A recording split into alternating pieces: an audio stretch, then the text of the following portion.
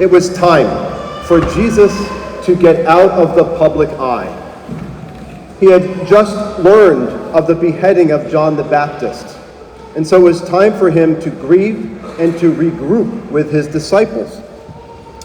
And so, as our gospel today tells us, when Jesus heard of the death of John the Baptist, he withdrew from there in a boat to a lonely place apart.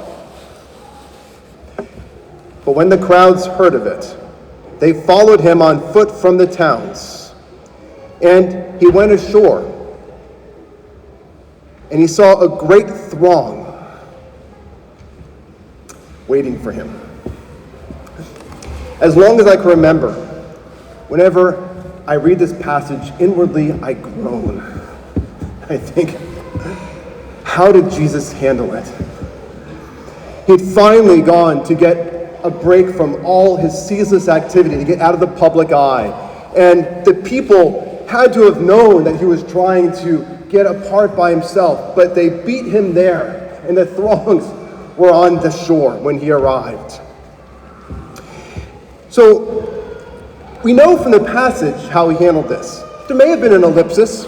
Perhaps he shook his head in disbelief. But the passage tells us all that we need to know how he handled this. It says he had compassion on them. But it doesn't mean that in Jesus' humanity that it wasn't hard. And I think we can all relate on this, because we know what it's like to finally sit down after a well-deserved rest, and then to have someone come to you with a very untimely need. Just think what it's like as a parent after a very difficult week, a week not without its major problems. You finally get to rest, later than you had hoped, but after you fall into a deep sleep, there's a tap on the shoulder. You open your eyes slowly and you hear, "Dad, my tummy hurts." So you say, "Hurry up, go to the bathroom."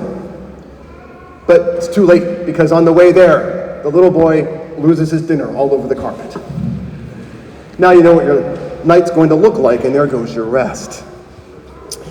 Or remember the movie, What About Bob? And the psychiatrist, played by Richard Dreyfuss, has a client, played by Bill Murray, who is neurotic and phobic and doesn't understand personal boundaries. But he finally gives the client what he needs before he goes off to vacation. But Bob, the client, figures out where he's going on vacation and decides to get there ahead of him. After which he ingratiates himself to the therapist's family, and the therapist has to spend the whole vacation with Bob. So even though the therapist in this movie is not a very likable character, we all, when we see that, wince inwardly. Bob Shooks told me that this is one of his favorite movies. Bob is a psychologist and has had a family practice like that. But he does say that movie does hit a little bit too close to home. So somebody says, well, Jesus' scenario is a little bit different than the ones you just explained to us, because Jesus is in ministry. He exists to help people, and this is an opportunity to do what he came for, which is to help the throngs. And that's what I thought for a long time when I was in seminary. And I remember talking to my pastor at the time, Father Phil Lyman, and I'm using his real name because if he was here, he would own this. And he told us, hearing that we were getting ready to go to the Jersey Shore, "I've got a place where you can go. It's a beach, a little small beach that nobody knows about. You have to, cut through some bushes and you'll have it all to yourself." And so I said to Father Phil, "So you don't like spending time with people when you go on vacation?" He just looked at me and he said, "I hate people." Now, of course, he was joking, but as a naive seminarian, I was scandalized because I knew that he wasn't completely joking. I've got a pastor who's a misanthrope. I really walked away thinking, doesn't he want to go and find someone to evangelize? Well, I can tell you, 25 years later, pastors do not go on vacation to evangelize. But on one level, we're all ministers. And so, and as part of the body of Christ, whenever we go on vacation, we might have an opportunity to evangelize. So just imagine yourself having arrived at that beach that Father Phil tells you about. And then just a little while later shows up Joey with his girl. Hey, little family, don't worry, I don't mind that you're here. I'll just take the other side. And then Joey takes out his speaker and says, oh, you don't mind Bon Jovi, do you? Or, hey, you know, Billy Joel, just let me know, we're all family here. The question is, do you have compassion for Joey and his girl at that point? Are you ready to be lifelong friends? Well, actually, maybe you could be. So, Jesus had compassion on the crowds. How did he do this? It seems, larger than life. It says how he had compassion. It says immediately, then he went and he healed their sick. But you and I might be thinking another way he might have compassion on the crowds, which is by teaching them a lesson about appropriate boundaries and getting rest. You go and get some and I'll get mine. But to really get to the heart of this passage and how we can appropriate it for ourselves, we can actually go deeper and acknowledge that Jesus was grieving. Remember, Jesus had a bond with John the Baptist in their very wombs, as John the Baptist recognized Jesus from the womb of his mother, like twins, a bond before birth. And anyone who's experienced grief knows that there's nothing more exhausting than grief. And grief is like a double whammy, because on one hand, when you lose someone, you have to mourn their loss, but on the other hand, then you have to figure out how to live without the one with whom your life is intertwined. And there's no reason to think that Jesus expected John the Baptist's death at this point, just like the wedding feast at Cana. Jesus didn't expect to work his first miracle before circumstances and his mother suggested otherwise, and changed the course of the way he thought his ministry was going to unfold. So there was a lot for Jesus to process at this time with his small group of disciples in a lonely place. But then he encounters the throng. How does he deal with this? Well, let's step back for a moment and consider that perhaps ministering to the throng was not merely work, but he saw it as leisure.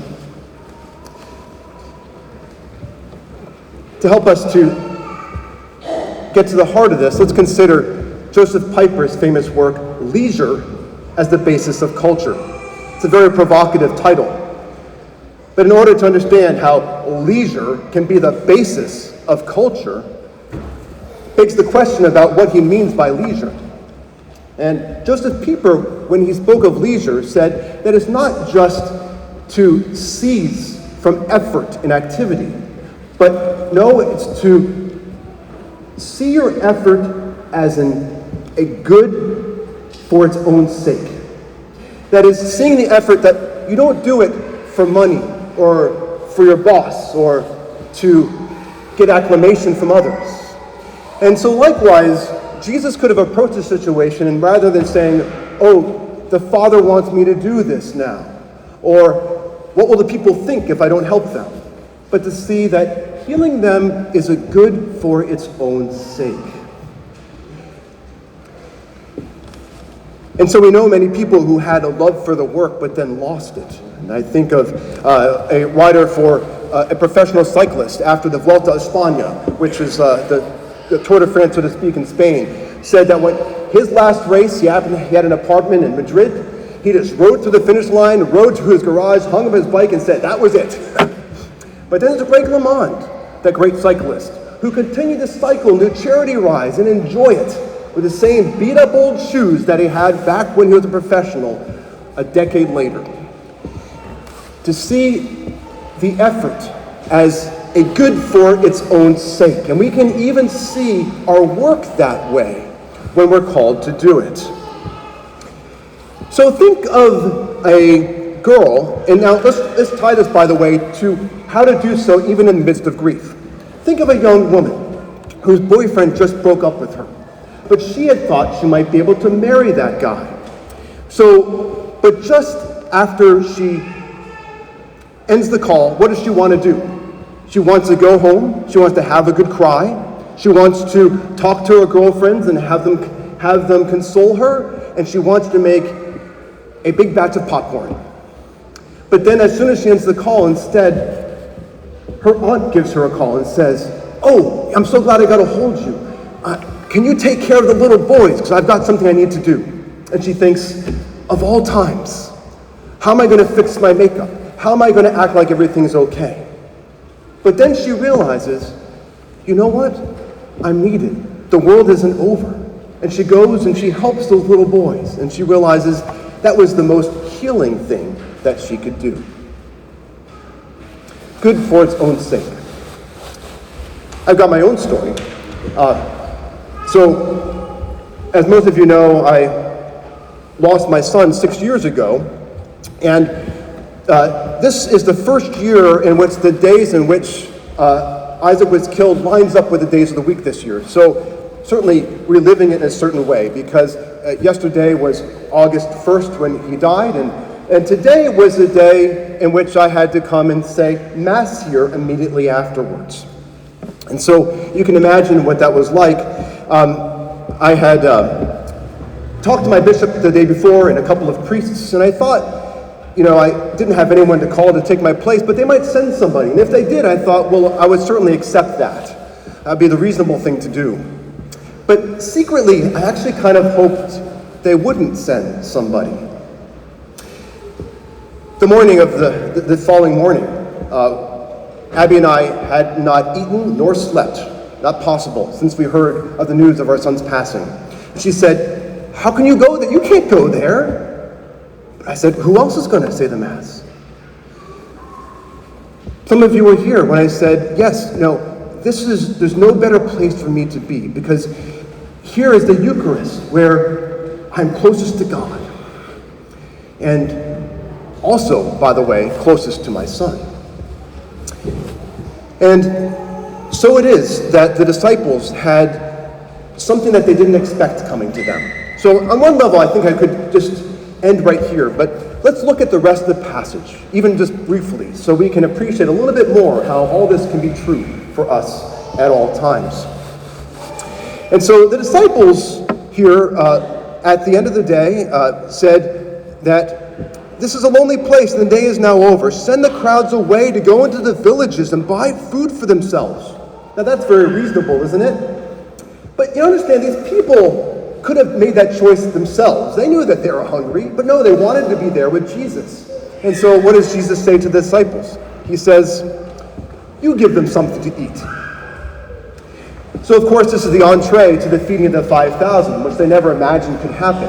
Well, this just seems like, well, we don't have miracles like this today, you might say, at least not very often. But you see, this is an object lesson not just about feeding, but to illustrate to the disciples that grace is given for whatever God requires. So they had only, famously, they had only 5 loaves and 2 fish that was multiplied with more to be left over. And so the point is that you thought to the disciples, you thought you were at the end of your line, but you have grace still yet to give and more to be left over. And so it is for us when we are at the end of our lines. Just one more very brief illustration. I heard the story of an Air Force chaplain who came to Iraq to relieve some Army chaplains for his 6-month tour, but they were there at the end of a 1-year tour. But so he watched them utterly exhausted fly out. And of course, they'd already called their families. They called their families at this point. We're coming home after a year of effort. But then there was a new load of casualties coming in. And the planes turned around in the air and brought those Army chaplains back. How could they do that without the Eucharist? Because if it's a cross for us, when we're called to give, when we're at the end of our line, the Eucharist is nothing less than a manifestation of the resurrection, which is multiplied for us on every altar of the world until the end of time. And that Eucharist we take into ourselves. And to what end? So that when we're sent out of here, then we can do good for its own sake. And we can have grace given for whatever God requires.